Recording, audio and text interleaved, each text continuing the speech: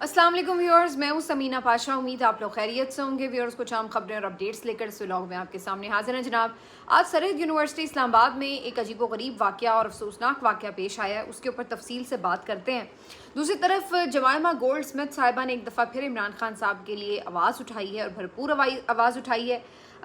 दूसरी तरफ PTI के चेयरमैन इमरान खान साहब के हक़ में दोबारा से सुप्रीम कोर्ट पहुंचे हैं और बैरिस्टर गौहर ने एक तौहीन अदालत की जो दरख्वास्त है उसको अर्ली समाअत के लिए फ़िक्स करने के लिए मुलाकात भी की है। ये तमाम चीज़ें काफ़ी इंपॉर्टेंट हैं, लेकिन एक और दिलचस्प खबर ये भी सुनने में आई कि इस्लामाबाद हाई कोर्ट में कुछ अहम दरख्वास्तें आ गई हैं प्राइवेट हॉस्पिटल में शिफ्ट होने के रिलीज़ के लिए। तो इसके ऊपर भी कुछ बात करते हैं। काफ़ी कुछ है इस व्लॉग में। आपसे रिक्वेस्ट है कि चैनल को सब्सक्राइब कर लें अगर अभी तक सब्सक्राइब नहीं किया। तो सबसे पहले बात करते हैं कि क्या वाक़या पेश आया सरहद यूनिवर्सिटी में। तो कहानी अभी थोड़ी पूरी तरह खुली नहीं है। जो इब्तदाई वीडियो मंजर आम पर आई उसने सबको हिला कर रख दिया, क्योंकि उसमें बज़ाहिर ये नज़र आया कि कुछ लोग जमा हैं, स्टूडेंट्स भी हैं, और एक बावर्दी अफसर जो है वो अचानक से फायरिंग शुरू कर देता है। पहले वो बाकायदा लोगों की तरफ टारगेट करके पिस्टल को फायर करने की कोशिश करता है, लेकिन वो खुशकिस्मती से फायर नहीं होता और फिर वो हवा में फायर चलाता है और इस तरह से खौफ व हरास फैल जाता है। ये सारा वाक़या जो था वो काफ़ी हैरानकुन था कि आखिर ऐसी क्या वजूहात पेश आईं कि एक जो यूनिफॉर्म में मलबूस जिसके बारे में मुबैना तौर पर ये कहा जा रहा है कि कोई कर्नल रैंक का ऑफिसर है, उसने बावर्दी होते हुए इस तरीके से खुलेआम कैसे फायरिंग कर दी, और वो भी एक यूनिवर्सिटी के अंदर। तो अब इसके ऊपर जो है मज़ीद जब डिटेल्स आना शुरू हुई तो मुतज़ाद किस्म की इत्तलात हैं। कुछ लोगों का ये बताना है कि ये बेसिकली ये जो कर्नल थे इनकी वहाँ पे कोई कॉलीग थी, उनके साथ कोई पहले से मसला चला आ रहा था, और आज जब बात ज़्यादा बढ़ी तो मामला जो है वो फायरिंग तक आ गया। कुछ लोगों का ये कहना है कि जी वो अपनी किसी अजीज़ा को ड्रॉप करने आए और वहाँ पर कोई आपस में तल्ख कलामी हुई जिसकी वजह से ये मामला बढ़ा। लेकिन ख़बर ये आ रही है कि मामला पहले से चल रहा था, क्योंकि वहाँ पर कुछ तलबा मौजूद थे जो कि ऑलरेडी एहतजाज कर रहे थे, और उन तलबा का ये कहना था कि उनकी किसी टीचर के हवाले से कोई हरासगी के मामला थे जो कि वो तलबा समझते थे कि सही उसको हैंडल नहीं किया जा रहा, जिसके ऊपर वो तलबा ऑलरेडी एहतजाज कर रहे थे। और अब ये कर्नल साहब जो हैं ये किसी टीचर के या रिश्तेदार हैं या कौन हैं जो कि किसी तरह से भी इस वाक़े के साथ जुड़े हुए थे, ये तो अभी तफसील ज़रा तफ्तीश होगी तो पता चलेगा। लेकिन ये ज़रूर पता चला है कि जी उसी मामले पे एहतजाज हो रहा था, और इस दौरान जब ये कर्नल साहब वहाँ पहुँचे हैं तो इन्होंने वहाँ पे कुछ तल्ख कलामी की है, और उसके बाद जो तलबा थे उन्होंने कुछ नारेबाजी की, जिसके बाद ये एकदम आपे से बाहर हो गए और इन्होंने अपने जेब से पिस्तौल निकाल कर अचानक से फायर करने की कोशिश की, और वो सामने जो लोग मौजूद थे उनको बाकायदा टारगेट जैसे करके आप करते हैं। लेकिन खुशकिस्मती से फायर उनसे नहीं चल सका, या बहरहाल उस वक्त उन्होंने फायर नहीं किया, और फिर अचानक से उन्होंने उसका रुख ऊपर आसमान की तरफ किया और हवा में फायर चला दिए, जिसके बाद एकदम एक खौफ व हरास फैल गया। अलबत्ता वहाँ पर सब जो लोग मौजूद थे उन्होंने किसी भी तरह उन्हें कंट्रोल किया, और उसके साथ साथ उनको उस सारे चक्कर में उनकी फिर धुलाई भी हुई और हाथापाई की नौबत आई। तो ये सारा वाक़या जो है ये सरहद यूनिवर्सिटी में पेश आया है। अब इस वाक़े के कई पहलू हैं जिनके ऊपर बात हो रही है। वैसे तो ज़ाहिर सी बात है, जब ये सारी इन्वेस्टिगेशंस होंगी तो फिर ही पता चलेगा कि हकीकत क्या है, क्योंकि मुख्तलिफ़ किस्म की इत्तलात आ रही हैं। लेकिन बहरहाल वजह कोई भी हो, अगर बिलफ़र्ज़ कहीं ऐसा भी कोई पहलू निकलता है कि जी कर्नल साहब के साथ कोई ज़्यादती हुई है या कहीं उन्होंने बात शुरू नहीं की, दूसरी तरफ से बात शुरू हुई, तो बहरहाल ये तो आपको कोई इजाज़त नहीं देता कानून के आप सीधा उठा के फायरिंग शुरू कर दें। तो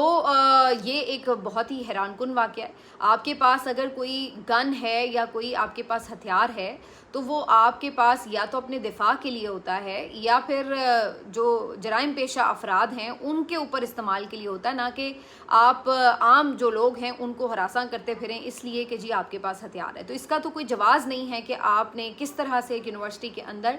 एक हवाई फायर करके लोगों को हरासा किया। अगर उस गोली से किसी को भी नुकसान पहुंचता, कोई खुदा न खास्ता जान चली जाती, तो फिर क्या होता। तो ये एक बिल्कुल नाकाबिल कबूल एक्ट है जो उनकी तरफ से किया गया है। बाकी जब तफ्तीश सामने आएगी तो मज़ीद पता चलेगा, लेकिन दो तीन चीज़ें जिस पे इस पूरे वाक़े के ऊपर सोशल मीडिया पर जिसके एंगल पे बात हो रही है, ایک تو یہ لوگ بات کرنے لگے ہیں کہ مطلب آپ ایک مینٹالٹی دیکھیں کہ یعنی آپ کو تو زیادہ رسپانسبل ہونا چاہیے جب آپ یونیفارم میں ہو، چاہے وہ کسی بھی آپ فورس کا یونیفارم پہنے ہوئے ہوں، پولیس کا ہو یا فوج کا ہو یا کسی بھی اور فورس کا ہو، تو آپ سے لوگ یہ ایکسپیکٹ کرتے ہیں کہ آپ زیادہ رسپانسبل ہوں گے. آپ کو دیکھ کے یہ فیل آنی چاہیے کہ لوگ یہ سمجھیں، عام شہری یہ سمجھیں کہ آپ ان کے محافظ ہیں، نہ کہ یہ فیل آنے لگے کہ جناب آپ تو کوئی پتہ نہیں ہے کہ کسی بھی ٹائم کسی کو بھی رگڑ کے رکھ دیں. اور اب آپ یہ دیکھیں، یہ پنجاب میں تو لوگ بہت زیادہ یہ ایکسپیرینس کرتے ہیں. مطلب آپ کوئی بھی پولیس فورس چل رہی ہے،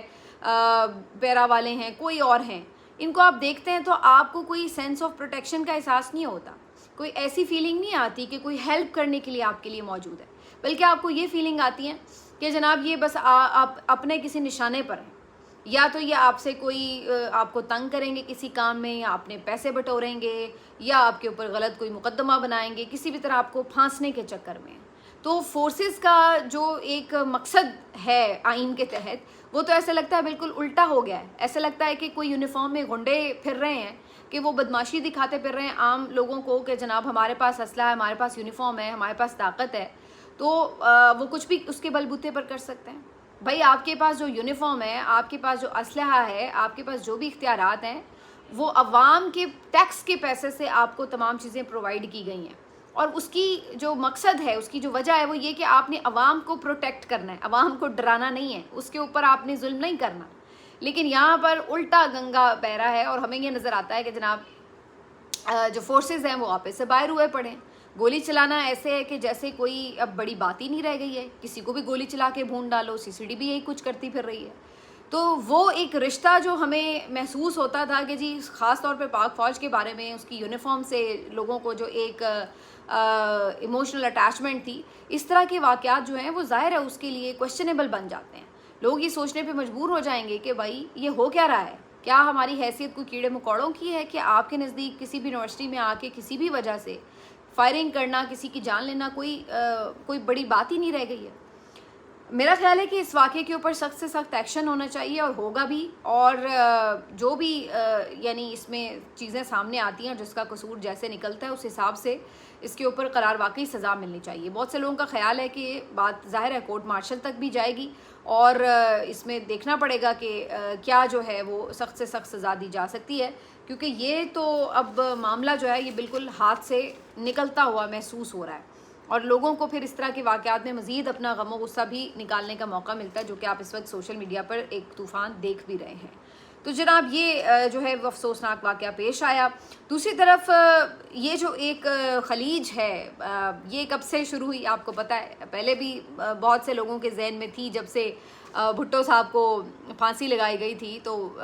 اس کے بعد آنورڈز جو PMLN کے کچھ جالے ہوتے تھے وہ بھی یہ سوچتے تھے کہ جناب شاید فورسز جو ہیں وہ ہمارے لیڈر کے اگینسٹ ہیں. لیکن PTI کے اگینسٹ جو کچھ ہوا ہے اس کے بعد آپ کو نظر آتا ہے کہ میجورٹی جو ہے وہ اس چیز کے اوپر اپنے دل میں رنجش رکھتی ہے. اب جو عمران خان صاحب کا معاملہ ہے، اس کے اوپر معاملہ ایک دفعہ پھر سپریم کورٹ چلا گیا ہے، اور آج بیرسٹر گوہر اور دیگر جو PTI کے وکلاء ہیں وہ سپریم کورٹ گئے، اور انہوں نے اس بات کو یقینی بنایا کہ رجسٹرار سے ان کی ملاقات ہو.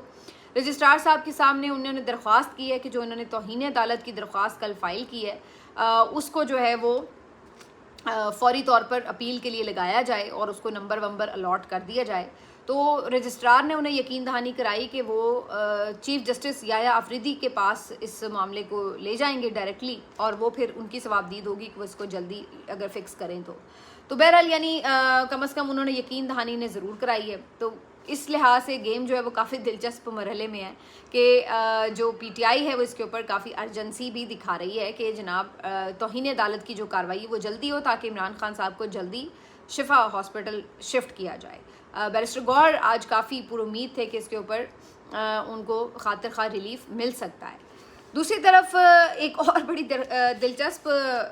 درخواستیں جو ہیں وہ آئی ہیں اسلام آباد ہائی کورٹ میں، جہاں پر اڈیالہ کے مختلف قیدیوں نے یہ درخواستیں دی ہیں. 3 نئی درخواستیں آئی ہیں کہ جناب ہمیں بھی عمران خان صاحب کی طرح ریلیف چاہیے، اور ہمیں بھی پرائیویٹ ہاسپٹل میں شفٹ ہونا ہے میڈیکل بنیادوں کے اوپر. اور انہوں نے کہا ہے کہ جناب ان کی مختلف بیماریاں ہیں جن کا علاج سرکاری ہسپتال میں मुमकिन नहीं है, लिहाजा उन्हें उनकी पसंद के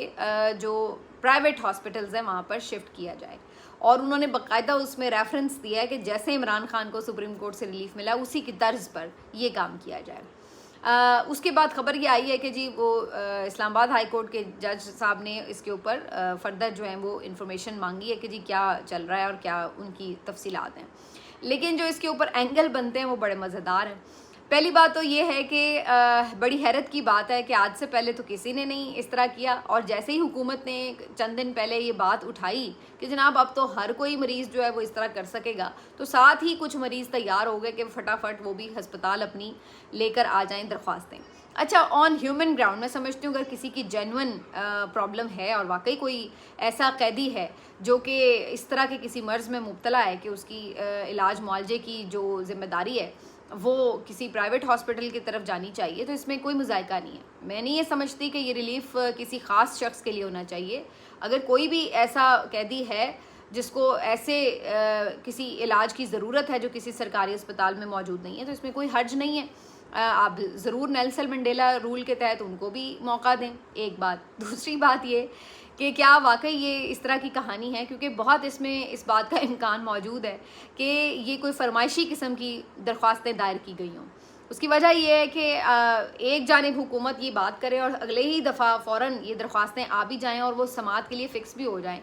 तो ये काफ़ी फ़िशी सा काम लगता है। ये मुझे वही मौका याद आ जाता है कि जैसे अचानक से कोई मुहिब्बे वतन शहरी होते हैं ना, जो दरख्वास्तें लेके आ जाते हैं, जी फ़लाँ ने ये बात कह दी इदारों के ख़िलाफ़ तो मुहिब्बे वतन शहरी ने मुकदमा जो है वो दर्ज करा दिया। तो वो ऐसी ही कोई फरमाइशी दरख्वास्त वाली सिचुएशन मुझे तो ऐसी फ़ील आ रही है कि लग रही है। लेकिन जैसे मैंने कहा कि अगर कोई जेन्युइन बंदा है जिसको वाकई ऐसी किसी मेडिकल एड की ज़रूरत है, तो भाई हम तो इस बात के हक़ में हैं कि उसको मेडिकल एड मिलनी चाहिए। लेकिन अब इस सारी केस में